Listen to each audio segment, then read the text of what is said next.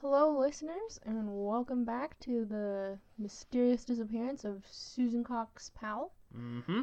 We had our first part of this episode come out just a couple days ago, and here we are with part 2. It's gonna get more fucked up than it already has been, Oh, yeah. and we're below this out.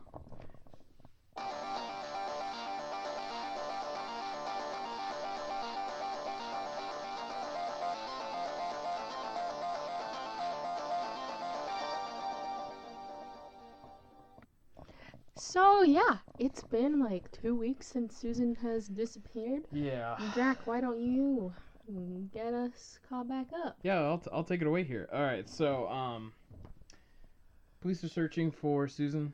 The community's held a candlelight vigil. People are scared. People are concerned for her. Except for Josh. He's an erratic piece of shit. Yeah, he's, in fact, he's so not worried about Susan that he takes his sons and moves them to Washington 2 weeks later. They're gonna stay with his dad, Stephen, for the holidays. Great. Steven's so good. Yeah, he's He's a so good great. environment he's taking the sons to, Real Good example he's setting. real great. Yeah. Yeah. Stand-up dude. I think if you're a person of interest in any kind of crime, but particularly a missing person, You shouldn't be able to move the state. you leave the state, that should be an automatic arrest. Well, the thing is, he didn't officially become a person of interest until December 24th, and he'd already moved to Washington. So, there you have it. I think if you are a person of interest, you might not be able to leave, but it was That already is after. so... Yeah. That's He the should've- stupidest thing I've ever heard. He should have been a person of interest day one. Yeah, I mean, the spouse should automatically be a person of interest, right? Unless it's immediately apparent that Well, it's even not the then, case. until something's confirmed, Yeah. or until it's just decided that they're no longer a person of interest, you should automatically just be one. If I disappeared, you better be a person of interest. I think that's but fair, don't be the one personally. making you I disappear. probably won't murder you. Okay, good. But But, I like, would be. don't I leave wouldn't the be state, hurt okay? if the Don't police leave the investigated state me. if I disappear.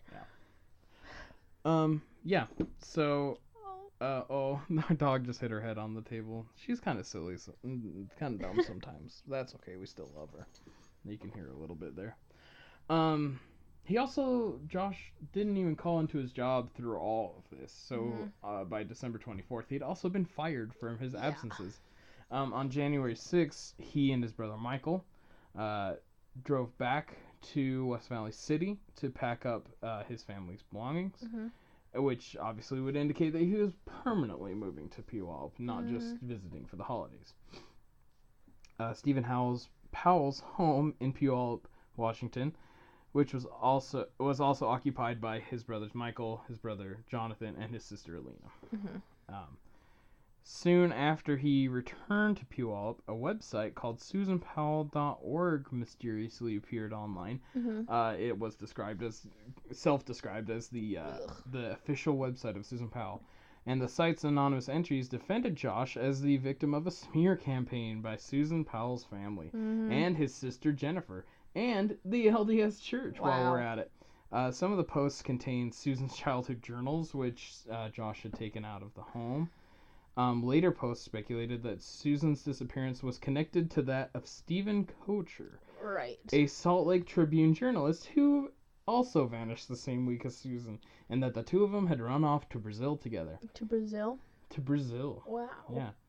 I would bet $1 Brazilian that didn't happen. Okay. Well, how's my joke? That was as bad as Josh shit. I don't know. I mean... It was bad. Alright, fine. They're both bad. We're terrible comedians. What do you do? Susan's family rejected the Kocher claims, obviously, because they're unsupported by any evidence. Yeah, like, why would they have known each other? Yeah, so where do you think this mysterious website came from? Who do you think...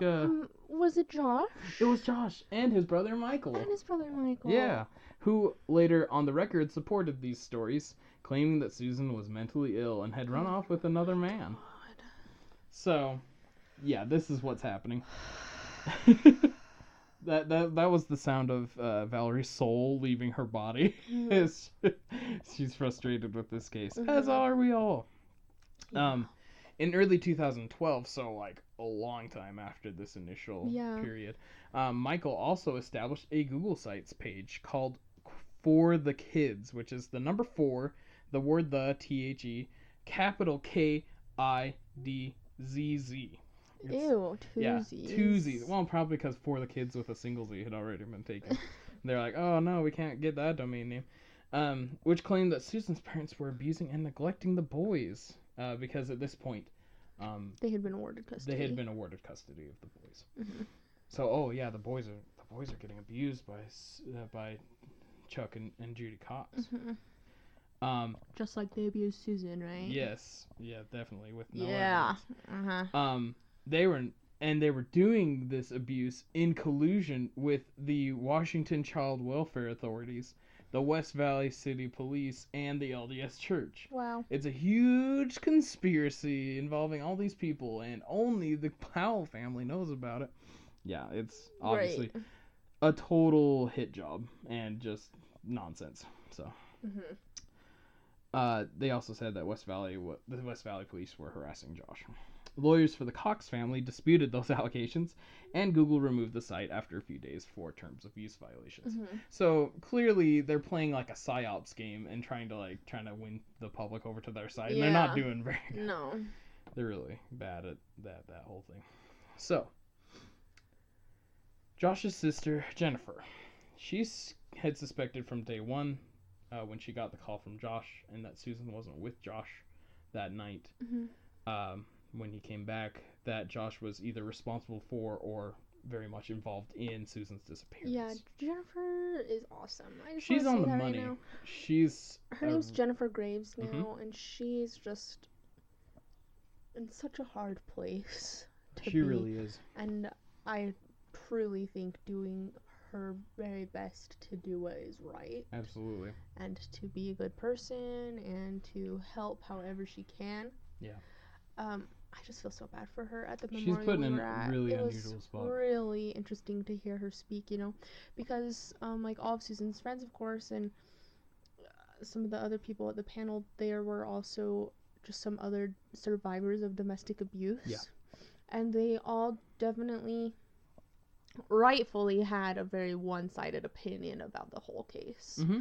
Because obviously, they were Susan's friends. They knew Susan. Yeah. They didn't ever get close to Josh or know Josh that well. But Jennifer did. She mm-hmm. knew both of them. Oh, yeah. She grew up with Josh. But she still knows that Josh did it. Yeah. Mm-hmm.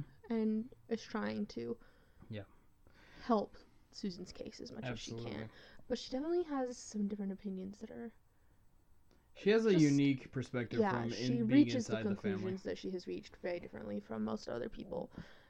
And it's really, really neat, I think. When he moved to Washington with the boys, her suspicion of him obviously grew. Yeah. So when her husband Kirk had a business trip to Seattle pop up, she saw it as an opportunity to confront Josh and to possibly aid the investigators. Yep. So, on January 22nd, 2010, so it's a little over, it's like 6 weeks after the disappearance, Jennifer very bravely agreed to wear a wire and confront her brother about Susan. The police took the necessary steps to legalize the process and provided safety precautions in case things got ugly. They both signed consent forms. The police put tracking devices on the rental car and 2 separate trackers on Jennifer herself, and gave her a code word to use if the situation escalated so that the police could come in and save the day. Deputies were staged nearby, and a police helicopter was circling at a safe distance. Wow. This is a huge operation. Seriously. It was actually a birthday celebration for Josh and the boys. Josh's birthday had been 2 days before. The other boys have their birthdays in January, so this is their birthday party. Jennifer had a pretty strained relationship with her family already. Yeah. Because of the whole, horrible abuse. A horrible childhood. And she had moved to Utah for molestation. a reason. Yes. I don't know. I'm sorry if that has happened to you, Jennifer, or if it's not that I'm saying it, but I really believe that it did. It's a wholly uncomfortable situation for Jennifer. Yes. So just the fact that she was there was a bit of a red flag for the rest of the Powell family. Mm-hmm. The Susan situation was already a big elephant in the room. Josh certainly didn't come out and mention it when Jennifer arrived. At one point, Jennifer did manage to take Josh aside into their study, which was separated from the rest of the family by some glass doors. She asked him what happened. He said his attorney told him not to talk about specifics, and that he'd told police everything he knew. She asked why he hadn't been helping with the search and had moved away, and he just deflected.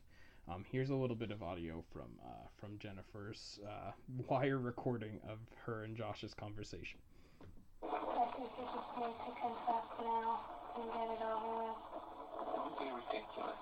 I've told you already. I see it in your face, Jeff. I can see it in your face. And I don't know what to say because I've already told you. Everything I've seen and now this, just... I don't know what you mean and now this. And now this in your face. I don't know what to say. I'm gonna go do what I'm gonna do. I'm gonna go get ready for a party. You're going to remember that your voice for a long time. So, sad. Yeah, really sad. Jennifer could see it on his face. That when she confronted him, he didn't have a look on his face like, of course I didn't kill my wife. It was a look of deflection and trying to change it and saying I mean, like that we he said couldn't before, talk this is about so it. different, just like from an investigator thinking that this is his sister. You know, they grew up together. Absolutely. If anyone's an authority on how Josh works, it's Jennifer. And she told him the best advice that a sister could give to a brother in a situation like Josh was in, to confess, let things go, and do what was best for Susan. And he just refused. Which, with people in this scenario, people like Josh and people like Steven, and many, big bad villains from true crime history, Ted Bundy, for example, or John Wayne Gacy. Part of the pathology that they have, part of them that makes them do the things that are wrong, is the same part of them that refuses to let them admit it to other people or themselves. If they admit it, then that's part of their defeat. They're terrified of being caught to the point where they can't even admit it. It just is impossible for them to even spit it out. And Josh was very much this way. He deflected and he didn't engage all the way through this entire process. And he did it right here to his very sister, under not even assuming that she had a wire, So it was at this point that Steve interrupted. He saw what was going on through the glass doors, so he busted in. Jennifer, when Steve came in, Jennifer thought it was very much a trick to help Josh escape the confrontation, like it had been set up before. Josh left the house with his two brothers, and Steve told Jennifer and her husband Kirk that it was time for them to leave. As she left, she told Steve that Josh would have to just enjoy it while he can. And Steve asked her to clarify. She said that it was obvious what Josh had done, and Steve erupted. He called her a goddamn fucking bitch to talk about her brother and his son that way, and to make things up. Alina joined up with Steven against her sister Jennifer when she brought up that Steve had confessed his love to Susan. Alina said, "Did she tell you that? Because she's a lying bitch if she told you that." Steve ordered Jennifer and Kirk off his property and said, "I'm rejecting you out of my family. Just leave. Don't even bother coming back." And on the drive away, Jennifer broke down. There's an audio of this too. I'll spare you, but she just broke down crying. Josh's face had confirmed her worst fears, that he had killed Susan, and even possibly worse yet, his family was defending him. That's horrible. Yeah. Like, I just can't imagine any of that happening. Yeah, I have my fair bit of family drama, but it's never been murder and anything this crazy, and it's horrific to think that people that you know very well are capable of doing this. and then to like mentally Ooh, dissociate from that's it so frustrating to Yeah. me. Like, and I know that Terry and Alina and Jonathan. John Yeah. are still claim that he didn't do it. Yeah, as far as we know, And they all live up in Washington, and Jennifer still is here in Utah, and they're still on Josh and Steven's side. I just don't think he did it. And, you know, I can... Okay, if they're just gonna keep saying that Josh didn't do it, okay, you're wrong, but okay. Yeah. But to stand behind Steve for anything Yeah. is so messed up. Abuse is a heck of a drug. Mm-hmm. Like, it just rewires your brain. Yep. Because it's like brainwashing. Like, or for lack of a better term, I don't know if brainwashing is the appropriate psychological term, but you have had things so negatively reinforced in your mind through the use of physical force that your brain doesn't work the way it is, and it gets to the point to where your brain is just wired in a different way. And the women who were at the event on Friday, who were domestic abuse survivors, talk about that, how they look back and they're like, I must have been crazy to not do things to protect myself in these certain scenarios. I must have my brain was not working the way it was supposed to. Nope. And something has to happen in order to break people out of it. Yep. And okay, so the case was starting to cool off. It was time for the police to quote unquote tickle the wire, is what they call it. Investigators needed to try to do something unexpected to shake up Josh. Steve and anyone else involved would also need to be shaken up. This plan was called Operation Tsunami. It's a great name. It's a good name. I call it Operation Barf Tsunami because of how it ends. Yes. It's not present. It's not pleasant Not either. present. It's not present because it happened in the past. Sorry. I'm just trying to recover from my floods. Operation Tsunami. Yes, Operation Tsunami. So the first step in Operation Tsunami was getting a wiretap, which is not as simple as just having the police just go out there and mess with people's phones. You have to go through a very, very in-depth process. Yes. And so they they got all the warrants that they need. They tapped Josh's phone, they tapped Steven's phone. I think they tapped Michael's phone too, and the house phone for Steven's home. And they also put a bunch of surveillance around the Powell home, human surveillance. Yes. The next step was to set up a very big and a very public search, including the mines in the area of Ely, Nevada.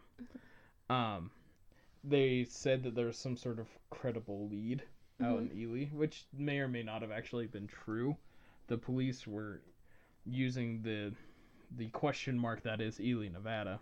Ely is within the little sphere of influence that Josh had during his totally normal road trip. And they did so, and they invited the media to come with them, which was very not usual. No. This whole case, the media had been left out of most of the investigatory procedure. So the media, they talked about this a little bit on Friday. The media were like, what is happening? Like, why are the police actually inviting us on this? This is not normal. So the police did actually start digging into the gravel quarries and mines in the surrounding area of Ely, Nevada. And they were hoping that they would catch Josh's attention if they had a very, very public sort of search going on. And they did. Josh expressed disappointment with the lack of new leads during the search. He said that to the media during interviews during this time. But on the wiretap that police intercepted, they intercepted a call where Josh said the police were wasting their time in Ely. That's for damn sure. Oh, brother. So, Josh knows where she is. Like, yes. Yeah, it's really, really fucked up. But Seriously. That, again, is not enough to arrest him. Oh my god. After a hasty chance encounter with the Coxes and Josh and the boys at a Lowe's in Puyallup, Josh filed a temporary restraining order against the Coxes, citing that he feared for his life from Oh my god. unsubstantiated threats, of course, from Susan's parents. Right. The police encouraged Chuck Cox, who was in on Operation Tsunami, as were many news Chuck is agencies, so cool. to get his own restraining order against the Powells to force an injunction hearing, so that things could be made public record and they might be able to recover Susan's journals. Yes. At the very least. And they encouraged Chuck to host a honk and wave event for Susan in Puyallup. All of this is part of Operation Tsunami. It's a coordinated event between the police, Fox 13 news outlet here from Salt Lake City, and Chuck Cox. They called this part of Operation Tsunami, quote unquote, Remember Me. Very cool. It's just another way to tickle the wire, to kind of push Josh's buttons to see if they could get him to slip up and maybe return to a disposal site, whatever they could do. Yes. So they do this honk and wave event, and they do it near a store that Josh is known to go to. Josh showed up. Oh, this honk and wave makes me so mad. Oh yeah, Josh showed up and confronted Chuck Cox. This confrontation was captured by Fox, and it was actually streamed online. It was one of Fox 13's... Yeah, you can look it up and watch the whole thing. One of Fox 13's first really ever streams. Intense. It was really intense. And then Steven shows up, and Chuck is like, well, I'm just out here to spread the word about Susan, to try to find Susan, because that's what we've been trying to do this whole time, you stupid jerks. And Steven tries to say that it was this big conspiracy and, why are you trying to do this? We shop here, it's a really tense thing. So later that week, the injunction hearing happens. And Josh was late again. Because that's what he does. That's a big no-no. If you show up For late, your it's supposed to injunction be hearings. an automatic win for the other side. But I guess not in Washington. So they just let him walk right in. You hear jokes all the time about the LA Police Department, but the some of the Washington police stuff, DCFS in this case. they fucked up a lot. Yes. They let them get away with murder practically. Literally. Josh said that the Coxes had been stalking him to force confrontations, which was of course dismissed by the court because there's no way to prove bullshit. that. Yeah. However, the judge did issue an anti-harassment order for Josh. They gave him part of what he wanted, basically. Wow. Yeah. But it's a two-edged sword because that means Josh could no longer contact the Coxes either. So, that kind of so good put a little wrinkle. and bad for him. Yes. 2 days later, the final piece of Operation Tsunami fell into place. There was a search warrant issued on the Powell home, and the primary target being Susan's journals that had been discussed at the injunction hearing. So the injunction hearing did its job. But the warrant was also wide enough to collect passwords to get into Josh's hard drives, which we find out later led to the Topaz Mountain search.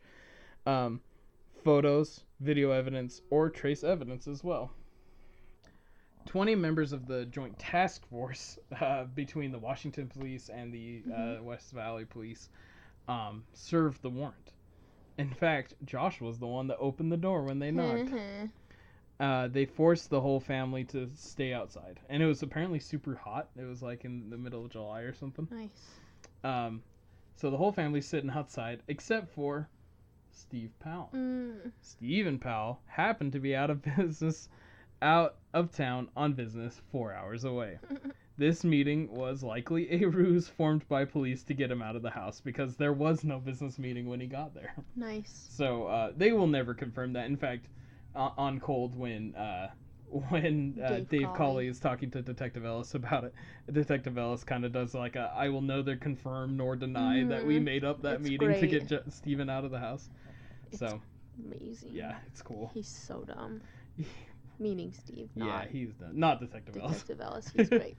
Detective Ellis did everything he could do to make this work. He worked so hard on it. He did. Oh man. So the Stephen Powell house is a jam-packed, large building and a house of horrors. It's full of computer equipment. It's like a hoarder's house. It is a hoarder's house. Yeah. It's full of computer equipment, bookshelves, and just junk And like 5 people were living there. Yeah. Oh yeah. No, more than 5.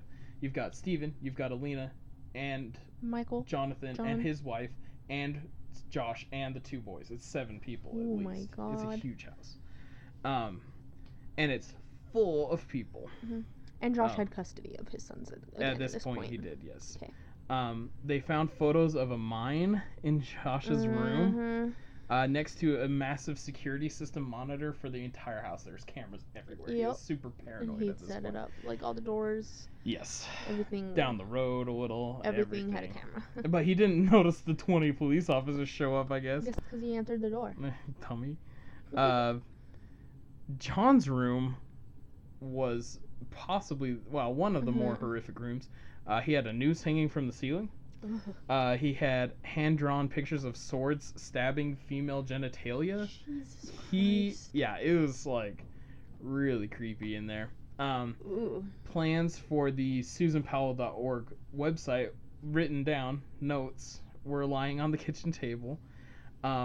There were notes that said, quote unquote, throw out more theories written on them. Ew. So obviously this was fabricated. Yeah. Upon searching Steven's lair, investigators found a mountain of stomach-turning items, which we've previously discussed, and video content. Steve's sexual obsession with Susan was very thorough. He had videotaped and photographed her voraciously and voyeuristically. Yeah. She did not know that she was being videotaped. No, she did not. And it was not just like when they were together. It was like her around town. Yeah, he would like follow her to work, shopping, or wherever. If he just saw her, pull out his camera and film her. He had a cache of stolen personal items like panties and tampons and hair and floss, and he had 10 years of journals full of fantasies about Susan. But the deviousness didn't end just with Susan. So on his computer, they found over 4,500 images of Susan. Yeah. Among photos of other women that he voyeuristically filmed or photographed. Right. And photos of his underage neighbors. 2 of them. 2 of them. Yes. And by underage, I don't mean... 8 and 10. Yeah, 8 and 10. I don't mean like 15, 16 even, which is still horrible. 8 and 10. And they were not clothed. No, they were not. In this home, Steve's room kind of looked over the bathroom of the home next door. And that is where he would take pictures of these little girls from most of the time. Yeah. When they were in the bath together, when they were using the bathroom, if they just were doing their hair or anything, he had pictures of it. Yes. And actually, this family had moved somewhat recently. So the police, when they found these photos, they found the family that had lived next door, and that family confirmed that it was them. Yes. And he was arrested. Yeah, he was arrested because that's obvious child pornography production and voyeurism charges. Yes. Like, there's no other way to cut that. Like, that is an illegal act, Nope. and you will get arrested for it immediately. Yep. And Stephen Powell was arrested in his front yard. He had returned from... This was like a day or 2 later. Yes. They got a warrant. And when Stephen arrived back from work, they arrested him in the front yard. I just want to say really fast that on the discs that he had all those folders in, some of them were titled, the ones of these little girls specifically were titled Neighbors, Open Window in Back House, and Taking Bath 1, Taking Bath 2. Ugh. So, I mean... So he knew exactly what he was doing. Oh, yeah. Like, he's not like... He just is a monster. Yeah. So, since Stephen Powell was arrested for child pornography, the city or state of Washington citing a clearly inappropriate home for children, the Washington DCFS took protective custody of Charlie and Braden. Josh, who was in the home at the time, didn't even leave his room when his A, father was getting arrested, and B, children were being taken away from him. Possibly because he was expecting to be arrested himself for the murder of his wife. However, the police were still unwilling to issue an arrest warrant on Josh due to the challenging nature of a no-body murder trial. Yeah. Charlie and Braden were then turned over to Chuck and Judy Cox, Susan's parents. The eventual plan was to transition the boys back to Jennifer Graves in Utah for full-time adoption. You didn't know that? No. Jennifer was going to she's adopt the gonna boys? adopt them. The Coxes set to work on teaching the boys lessons and habits they had missed while living in the Powell home. Things like sharing and eating politely and proper sleeping habits. They told the Coxes that they were used to actually sleeping in the nude, sometimes with their father. Who was also nude. Yes.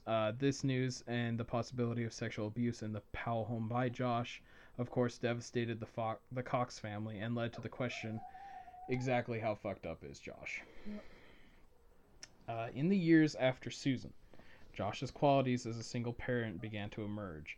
At Charlie's elementary school in Washington, he had confronted school officials and delivered a very stern letter, written in like a legal format, designed to ensure that no member of the Cox family, weirdly including Susan, would be able to take Charlie out of school. If you're worried about your wife being dead and disappeared somewhere, probably not a thing you'd bring up. This, of course, flabbergasted school officials, who made sure to document every interaction ever made with Josh and submit them to the West Valley Police. So that school was totally on top of making sure, like, to cover, of course, themselves, but also like to be on Susan's side. At the Washington YMCA, where Braden and Charlie were enrolled in daycare, he pulled the same stunt to keep the Cox family away and begged for the YMCA for a job, flaunting his supreme computer skills. And he also inquired about reduced enrollment fees for the boys if he had worked for the YMCA. While they were able to find some discounts for Josh to use, they opted not to employ him, nor blog about his struggles as a single parent as he requested they do. What? Yeah. He wanted them? He wanted them to be like, oh man, Josh has it so bad, you guys. At the YMCA? The YMCA in Washington, yeah. Josh's brain is not working right. It is not. Obviously. So, yeah. He also routinely took the boys to the meetings of the Puyallup Gem and Mineral Club. He was a mineral hobbyist, and he never shut up about it, and he was fucking insufferable. While there was a kid-oriented meeting once per month. Josh brought the boys to every meeting instead, which is kind of like, wow, thanks, dude. He was eager to impress everyone with his gem and mineral knowledge, and perhaps pick up a money-making jewelry skill of some kind. Right. The boys were understandably uninterested in gems and minerals, so they became rowdy and rambunctious during the meetings, and Josh let them run wild around dangerous equipment, unsupervised, and with strangers. When club rules about supervision changed in response to this, Josh was visibly angry and upset, literally got irate and mad and yelling about everything. Interesting. He regularly lost his temper and screamed at the boys when they either left his sight or talked to someone out of earshot or interrupted him while he was working. There's an instance of him once knocking over a rock, and it got a chip in it when the boys knocked it over, and it's a rock Josh had been working on, and Josh flipped out, and everyone else there was like, dude, it's okay, you can just polish out the chip real quick, it doesn't but he lost it on his kids, and he routinely did this. So he clearly has temper issues, he's got self-control issues, and he's paranoid about his boys being talking to someone else, because they could talk about what happened possibly. Very interesting. Yeah. He also his internet web browser of choice was Internet Explorer. Oh so my god. I just decided to throw that in because clearly he's a monster. He's a monster. Who does that? Anyway, sorry. And 2012, yeah, he was using Internet Explorer? Yes, he was. Yeah, that's not normal, man. He should have known better. Seriously, he's supposed to be so good with computers. Right? He uses Internet Explorer. I wonder if he used Bing too. Yikes. So, wow. Just to dig on Josh a little bit more, because you know what? He has it coming. In late 2011, Josh underwent a series of court-ordered evaluations in Washington. As part of him having the boys. Trying to regain custody. Trying to keep custody of them because the Coxes were wanting to take the boys. Mm-hmm. The evaluation raised issue concerning the ongoing investigations, of course, like how can you take care of children when you're being invested for murder of your wife? Yeah. Josh's failure to admit normal personal shortcomings, his overbearing behavior with his sons, and his persistent defensiveness and paranoia and underlying narcissistic traits were cited as possible reasons for why he would not be healthy enough to take care of his own children. That seems like a lot of things. Yeah. Like, maybe he shouldn't have been in charge of taking care of his children. Not at all. He often talked about a vast conspiracy involving the LDS Church, and he lied to the investigator about the suicide attempt when he was 14. Mm-hmm. He also lied about having a run-in with the law. He stole a Playboy magazine from a abandoned convenience store when he was a teen. He also claimed that he didn't have pornography of any form in his home, but he did occasionally look at legal porn online. And he did specifically mention that he looked at legal porn online because suspiciously, like if I said, hey, sometimes I look at porn, I would never think to add, I look at legal porn. If your dad had just been arrested for illegal this porn, was before the arrest. Okay. Yeah. Okay, yeah, that's shady he suspiciously... Shady as hell. Yes, it was Saw. Okay, we're so done with the dumb puns. Seriously. It's really shady that he would specifically mention that he did only look at legal porn. Mm-hmm. Yeah. So, like... So, to us, and in hindsight, it's a clear-cut case of narcissistic personality disorder. Mm-hmm. However... According to the Washington DCFS, because he didn't have a history of substance abuse and he had a somewhat steady job, the social worker's recommendation was for Joshua to have visitation with his son several times a week from the Coxes when supervised by a social worker. Yep. And traditionally, that supervised visit takes place at a neutral home. It doesn't take place at the home of either person, either the main custody or the supervised visitation custody. Mm-hmm. But that wasn't the case with Josh. It was not. Because they would have visits at the same time with other people, and the other people who went to that home when Josh was there were not uncomfortable being around Josh because he was kind of wanted for murder, or he was a suspect in a murder case. So Washington allowed the supervised visits to take place at Joshua's home. Yep. Okay, so in the last week of January 2012, Utah police discovered about 400 images of simulated child pornography, bestiality, and incest on Joshua's computer. So obviously he was lying about the no porn thing and the no legal and only legal porn thing. The laws are weird because if it's like drawings, it's not considered illegal. Unclear. It's grayer. Yeah. If it's tied into a larger child pornography thing, it tends to be also included. But if it's just that, then it's But I tricky. think it should be illegal. I think. Yeah, if it's obvious what's happening. Yeah. That is still a minor. If the character's a minor and it's being portrayed as a minor, that should be illegal. I think. I agree. And the incest. The images, technically not illegal due to the fact that they were hand drawn or in a cartoonish 3D format. But like hentai. Even though it's not illegal, it can still be used against you in court as a reason to take away your children. Yes.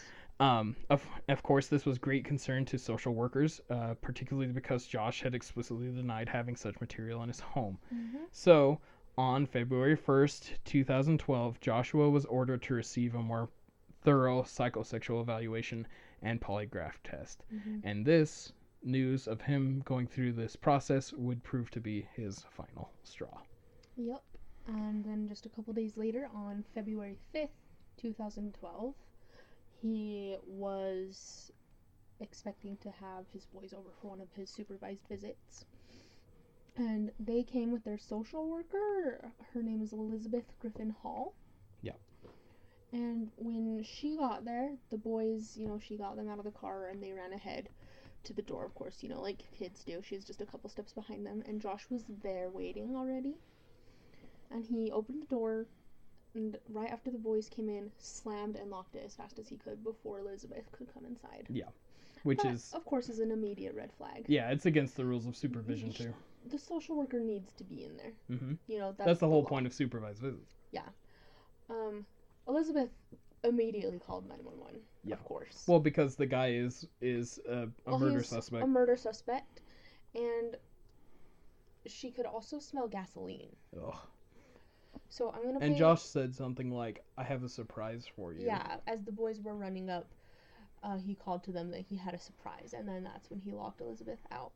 Now I'm gonna play a little clip from the 911 call right now because this call is so frustrating. It's one of the most frustrating things I've ever heard in my life. The 911 hands down. operator did not do what he should have done that day. And he was officially rebuked by his company. Yes, he was. Company He too. did not follow proper procedure.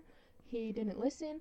And so I'm just going to play you a part of the call that really shows how frustrating it was. Okay. And who is there to exercise their visitation? I am. And the visit is with Josh Powell. And who And supervises? he's the husband that I supervise. So you supervise and you're doing the visit? Yeah, You I supervise yourself? I supervise myself. I'm the supervisor here. Wait a minute.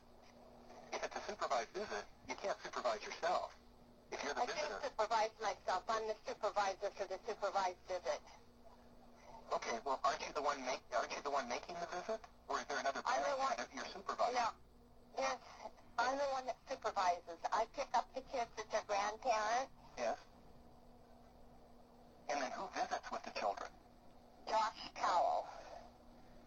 Okay, so you're supposed to be there to supervise Josh Powell's visit with the children. Yes, that's correct. So I think he thought that she was the mom. Yeah, he thought that she was a parent, didn't understand that she was a social worker. But the whole 911 call is like that. Oh yeah, and it's 10 It's minutes long of her trying to be 10 like, minutes of look, her this telling is him what's going on, saying that she smells gasoline, she's really afraid for them, and he didn't send a car for 8 full minutes. well, and he said, well, we gotta go to emergencies first, and she's like, this is Yeah, a fucking the emergency, exact get quote. over here. So he didn't send a car for 8 minutes, and then after the car was sent, it took 13 minutes to get there. But while it was on its way, Elizabeth was asking the 911 operator, how long is it going to be? And he answered, I don't know, ma'am. They have to respond to emergencies, life-threatening emergencies first. Yeah. So, unfortunately, what's about to happen, I think, would have happened even if he had been on his game. Yeah, Because that's probably why he didn't get fired, because Yeah. this would have happened probably I just think either way. it But happened fast enough that it wouldn't have happened. But unfortunately, before the police were able to come, the house started on fire.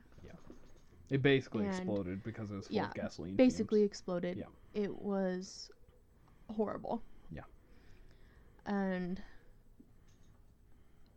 I mean, it's horrible. There's some details here that are really, really Josh strong content. and his 2 sons, Charlie and Brayden, all died Yes. in the fire. The fire was so hot by the time the fire department got there that they couldn't even go into the building. Yeah, to try they to put couldn't it even out. wait. It took hours and hours before they could go in. Yeah. It was that bad. Mm-hmm. But eventually they were able to get in and recover the bodies. Yes. And the worst part of this whole thing, in my opinion, Mm-hmm. is during the autopsy, they found that before lighting the house on fire, which, by the way, Josh absolutely is the one who lit the fire, they found multiple barrels of gasoline and gallons of gasoline. Josh was sitting on around. the gasoline. Yeah, he started it. Yep. Well, they found during the autopsy that before starting the fire, Josh had used a hatchet Yes. to attack Charlie and Brayden. Mm-hmm. They had head and neck wounds. But their From the official hatchet. cause of death was asphyxiation from Smoke smoke. inhalation. So they were attacked by a hatchet Brutally by attacked. their father and survived that long enough to die from a fire. Yes. So they died a very scary and Painful, horrible death. So yeah, I think that's the worst part of this whole It's case. probably the worst part of the whole thing. I mean, other Yeah. than the the family of Susan not knowing what happened to Mhm. Susan. I think this is the most horrific thing in the Yeah, whole case, me for too. sure. Obviously, the family was devastated. Yeah. It was horrible. The person who was probably the most horrified at that, I can't say, but Chuck and Judy Cox, of course, Yeah. totally they were disappointed fighting in the state. They had temporary custody. Yeah, they had the custody. They didn't want Josh to see them, and the state awarded, the supervised visitation, and then the supervised visitation at his own home. Yeah. The state of Washington was definitely more concerned with Josh's parental rights instead of the safety of the children. And can you imagine Jennifer at this point? Nope. She was making plans to adopt them, knowing that her brother had done this and maybe hoping that he had. Yeah. And then finding this out and getting it all confirmed, and then knowing that her family backed up Josh the whole time, even up until this happened, and then losing her nephews and her brother. Yeah, it's horrible. The only person that didn't react normally was Steve. Mm-hmm. He was in jail at this time. Yes. And it said that when the police came to tell him that Josh had killed himself and the boys, that he didn't seem very upset by the news, but was just angry at the police for bothering him, for being there that day. Yeah. And then afterwards is when Stephen invoked his Fifth Amendment right not to talk about the Susan Powell case anymore. Yep. And people don't use the Fifth Amendment unless they know something. Yeah, well, yeah. If you really don't know anything, you don't have to invoke the Fifth Amendment. Yeah. It's when you know something and cannot and talk about it for whatever reason, Yep. So, after a brief investigation, of course, officials did confirm that Josh had deliberately planned the explosion. Yeah. And it was ruled murder-suicide. Yep. Also, just for a couple of days before the explosion had happened, it's found that Josh had been making plans. Yeah. He donated Sent emails. He donated all the toys for the boys that he had at his house. He was sending emails to Jennifer, his family, saying with instructions on what to do with all of his assets, all his stuff, if something happened to him. It's so weird that he'd even be concerned about that after planning all this. Yeah, and then some to say goodbye. Yeah. As well. I didn't. He talked to the renters of his house in West Valley. Yeah. It's weird. Yeah. And he also named his brother Michael as the main beneficiary for his life insurance. I'm gonna get into that a little bit here in a minute. Yep.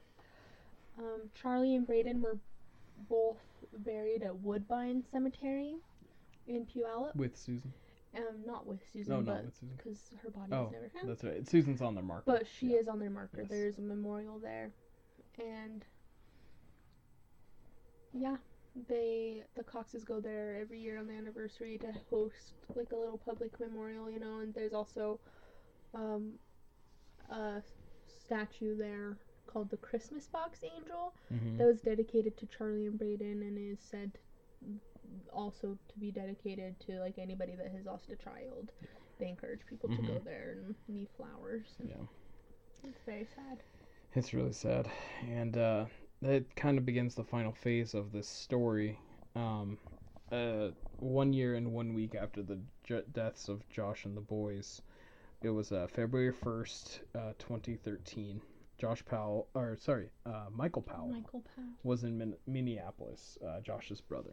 He'd moved there in 2010 for graduate school at the University of Minnesota, and he was a doctoral candidate in cognitive science. I'm sure he liked having a little distance between him and the battleground states of Washington and Utah. The world was kind of weighing on him a little bit. Police had questioned him in 2012 after discovering his abandoned car at an Oregon wrecking yard, and a cadaver dogs had actually marked on his car that there had been some sort of human decay in the car at some point.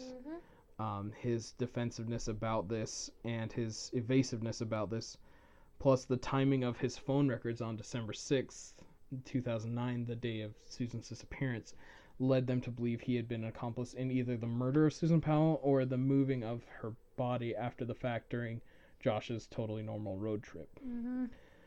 To further complicate things, Michael had been named as the primary beneficiary of Josh's life insurance policy. He had changed it to Michael about 4 years before Josh killed himself. The legal battle over Josh and Susan's estate wasn't going very well. He had been one of the few champions of both Josh and Stephen before the former's death and the latter's incarceration. And so, on February 11th, 2013, he sat in the parking structure of his condo 7 stories in the air. He smoked a cigarette. He walked over to the half wall and stood there for some time. Then he climbed over the wall and jumped off. Mm-hmm. He didn't leave a note, so any knowledge of the case police knew that he held went with him over the wall, and he committed suicide. Nope. The final piece of the puzzle here. In March 2015, Chuck Cox finally won the protracted legal battle with Joshua's mother, Terry, and his sister, Alina, over the control of Susan's estate. Terry and Alina sued Chuck Cox to get the $1.5 million from him. Terry and Alina This tried is- to get Susan's life insurance policy. And this is 3 years after Josh killed himself and the boys, Wow. and they tried to get the money. Wow. That's the shittiest thing someone could do in that situation. They just I can't believe that they would have the balls to do that. Like, I don't know how they would show their faces in public ever again. But fortunately, Chuck ultimately gained control over the estate. Yeah. The Cox family sued the Washington's DCFS. They claimed that the agency prioritized Josh's parental rights over the safety of the boys and therefore facilitated their deaths through the changing of the shared supervision site. Yep.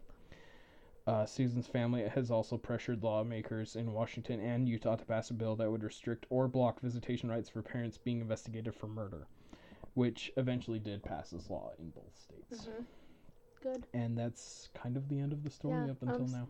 Just a little good news. Stephen Powell was released from prison in 2017. And in July of last year, 2018, that piece of shit died Yeah. from heart disease. Couldn't have happened to a nicer guy. Only like 67, so he Yeah. wasn't even that old. Good. So, if you can end the episode on one little happy note, let it be that. Yeah. That being said, we've talked a lot about domestic abuse in this episode, Yeah. and especially after being at that memorial and hearing some of the survivors speak out on Friday. Speak out if you or Yeah, somebody you know is absolutely. experiencing something like this. Speaking out saves lives. There are sources. We'll make a post on our Instagram with some Absolutely. links, especially to the website that Chuck and Judy Cox Yeah, are the part Susan of now. Cox Powell Cox Powell Foundation, Foundation. and also the Chainbreakers Foundation. Yeah, they're both great. And also listen to Cold, like we said. Absolutely listen to Cold Give that a if this listen. is It an has a lot of interesting case. information too. Sorry for giving you a super sad episode. Yeah. But we're excited to work on our new season next year. Yeah, we have some really cool stuff lined up. We're really looking forward to it. And we actually have happy stories, Yes, a few we of have them. some good ones. So, I mean, happy, and we really appreciate all our listeners. Yeah, thank you guys. I'm Valerie, And I'm Jack. and this is Below the Salt.